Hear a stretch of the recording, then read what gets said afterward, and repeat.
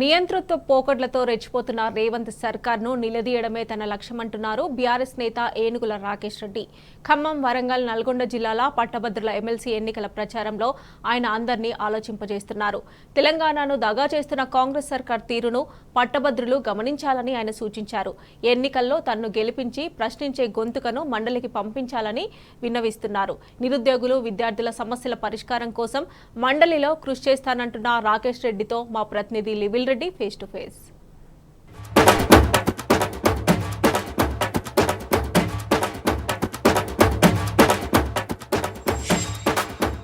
ఉమ్మడి Nalgonda, Khammam, Warangal graduate MLC ఉప ఎన్నికలకు సంబంధించి ఇప్పటికే బీఆర్ఎస్ పార్టీ దూసుకుపోతుంది. ఈ సందర్భంగా మనతో పాటు అభ్యర్థి రాకేష్ రెడ్డి గారు మనతో ఉన్నారు. సార్ చెప్పండి, ఇప్పటికి ఏ విధంగా ఉంది ప్రచారము, ఎలా ముందుకెళ్తున్నారు?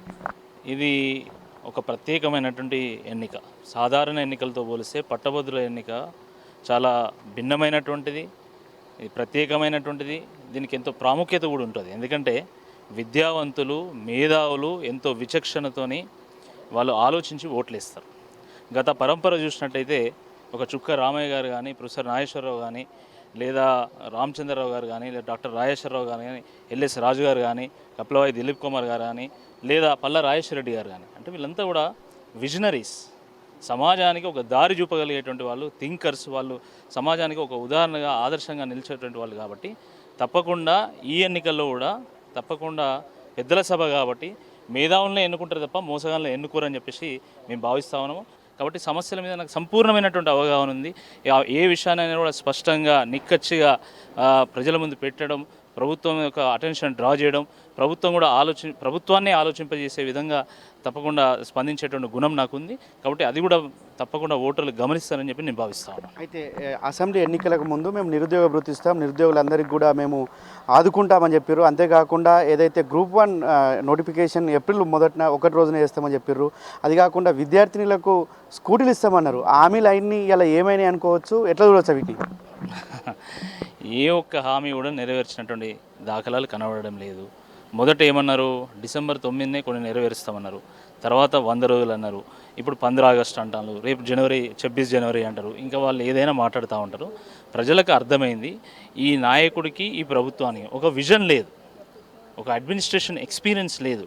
ప్రజలు ఏమి కోరుకుంటున్నారు, దాన్ని ఏ విధంగా సాధించాలి, ఏ విధంగా రిసోర్సెస్ని మొబిలైజ్ చేయాలనేటువంటి కనీస అవగాహన కూడా లేనటువంటి ఒక ప్రభుత్వం ఈరోజు కొలువు తీరింది. కాబట్టి ప్రభుత్వం ప్రజలు తప్పకుండా ఒక ఆల్టర్నేటివ్ను ఎంచుకుంటారు. ఇప్పుడే మీరు చూస్తున్నారు, ఇప్పుడు 5 నెలలు కాలేదు, గ్రామాల్లో ఉండేటువంటి ప్రజలు తిరగబడుతూ ఉన్నారు.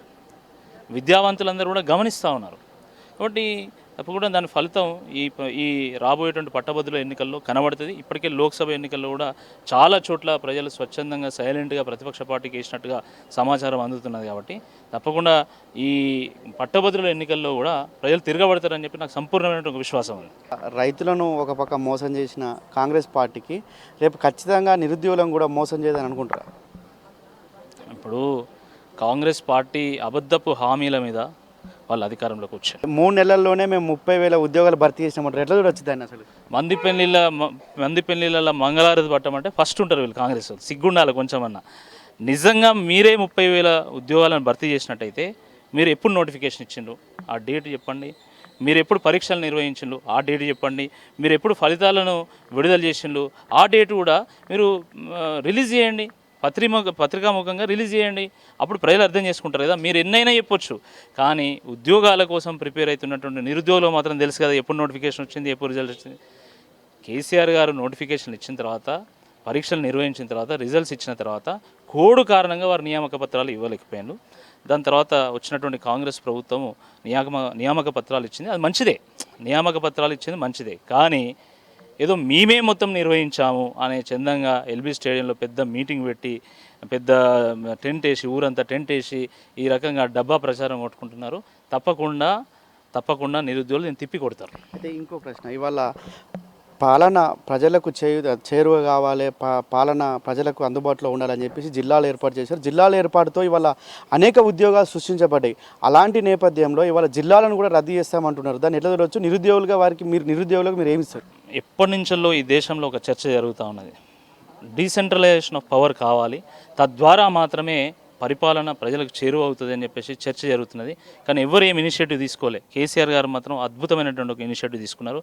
మన వరంగల్ జిల్లా చూసినట్టయితే ఏటూరు నగరం నుంచి వెళ్ళి వరంగల్కి రావాలి, కలెక్టర్ ఆఫీస్ రావాలి అంటే అసలు ఎన్ని గంటల సమయం పడుతుంది, ఎంత ఖర్చు అవుతుంది, ఎంత వ్యయ ప్రయాసాలకు ఊడ్చి ప్రజలు రావాలి అంటే దాదాపు 100-150 కిలోమీటర్లు ట్రావెల్ చేయాలి.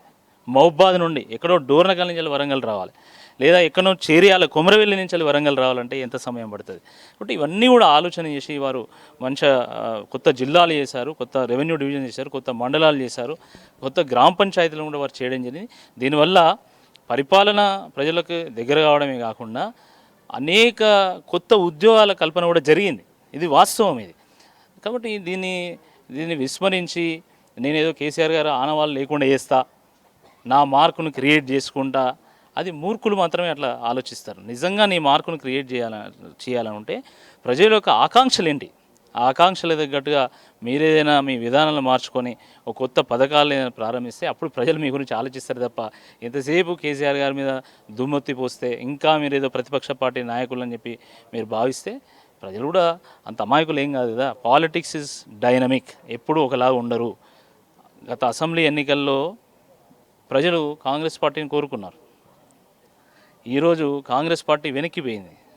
ఈరోజు మళ్ళీ టీఆర్ఎస్ పార్టీని కోరుకుంటున్నారు. కొంత మేరకు లోక్సభ ఎన్నికలు కాబట్టి మళ్ళీ బీజేపీని కూడా కొంత మేరకు కోరుకున్నారు. కాబట్టి ఎప్పటికీ కాంగ్రెస్ పార్టీ ఉంటుందని చెప్పడానికి వీల్లేదు. ప్రజలు ఆయా పరిస్థితిని బట్టి, ఆయా సందర్భాన్ని బట్టి ప్రజలు స్పందిస్తూ ఉంటారు. రాబోయేటువంటి పట్టభద్రుల నియోజకవర్గ ఎన్నికల్లో తప్పకుండా కాంగ్రెస్ ఏం చేసింది, టీఆర్ఎస్ ఏం చేసింది, వాళ్ళు చేసిన మోసాలు అవన్నీ కూడా చర్చకు వస్తాయి. నిజంగా ప్రజాస్వామ్య ప్రక్రియలో ఒక మంచి ఘట్టంగా నేను భావిస్తున్నాను. చివరగా ఇవాళ మీ గెలుపు ఏ విధంగా ఉండబోతుంది, ప్రచార షెడ్యూల్ ఏ విధంగా ఉంటుంది, మీకు బీఆర్ఎస్ నాయకుల నుంచి ఏ విధంగా మద్దతు లభిస్తుంది? బీఆర్ఎస్ పార్టీ ఒక సముద్రం లాంటిది. బీఆర్ఎస్కు ఉన్నటువంటి బలగం ఈరోజు అధికార పార్టీ కాంగ్రెస్ పార్టీకి కూడా లేదు. ఇది వాస్తవం. ఒక నియోజకవర్గంలో ఒక నియోజకవర్గ స్థాయి నాయకుడు పార్టీ మారితే ఈరోజు ఇంకా 2-3 కూడా మిగిలి ఉన్నారు. అలాంటి ఈ పార్టీ నుంచి పోటీ చేయడం నిజంగా అదృష్టం. తప్పకుండా నాకు మంచి మద్దతు దొరుకుతున్నది. డాక్టర్ పల్లా రాజేశ్వరరెడ్డి గారు బీఆర్ఎస్ అభ్యర్థిగా 2 సార్లు సక్సెస్ఫుల్గా వారు కాంటెస్ట్ చేశారు. ఆ కాంటెస్ట్ చేసినప్పుడు మొత్తం పార్టీ యంత్రాంగం కింద స్థాయి కార్యకర్త నుంచి మొదలు పెడితే పై స్థాయి నాయకుల వరకు అందరూ కూడా ఇన్వాల్వ్ అయ్యారు. వారికి మంచి అనుభవం ఉన్నది.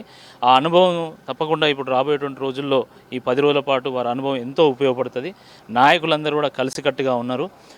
ఇప్పుడు కొన్ని వార్తా ఛానళ్ళు పాపం వాళ్ళకి ఏం పని లేదు, వాళ్ళు పని కట్టుకొని, ఎందుకంటే ఈరోజు ఎక్కడికి పోయినా కూడా పట్టభద్రుల నియోజకవర్గ ఎన్నికల్లో అసలు ప్రచారమే ఎక్కువ చేయలేదు, ఏ అభ్యర్థి కూడా చేయలేదు. ఎందుకంటే లోక్సభ ఎన్నికల సందర్భంగా ప్రజల దృష్టి అంతా కూడా లోక్సభ ఎన్నికల మీద ఉంది కాబట్టి ఏ అభ్యర్థి కూడా అవకాశం దొరకలే. ఈ రోజు నుండి ప్రచారం ప్రారంభమైంది. అయినా కూడా ప్రజలు ఇప్పటికే బీఆర్ఎస్ అభ్యర్థి గెలుస్తాడు, బీఆర్ఎస్ అభ్యర్థి మాత్రమే ఈ గ్రాడ్యుయేట్ ఎమ్మెల్సీకి సూటబుల్ అని చెప్పి వాళ్ళు మాట్లాడుకుంటున్నారు. కాబట్టి అభద్రతా భావంతో పాపం వాళ్ళ పార్టీ కంటే ఎక్కువ కొన్ని ఛానళ్ళు పని కట్టుకుని తప్పుడు ప్రచారాలు చేస్తూ ఉన్నాయి. అక్కడ ఒకరిద్దరు నాయకులు వాళ్ళ వ్యక్తిగత కారణాలతోనే ఏదో మీటింగ్ అటెండ్ కాకపోతే మొత్తము ఇంకా వరంగల్ జిల్లా నుంచి ఎవరు అటెండ్ కాలే. ఇది చాలా దుర్మార్గం ప్రచారం. ఇది మంచిది కాదు. ఇది మంచిది కాదు.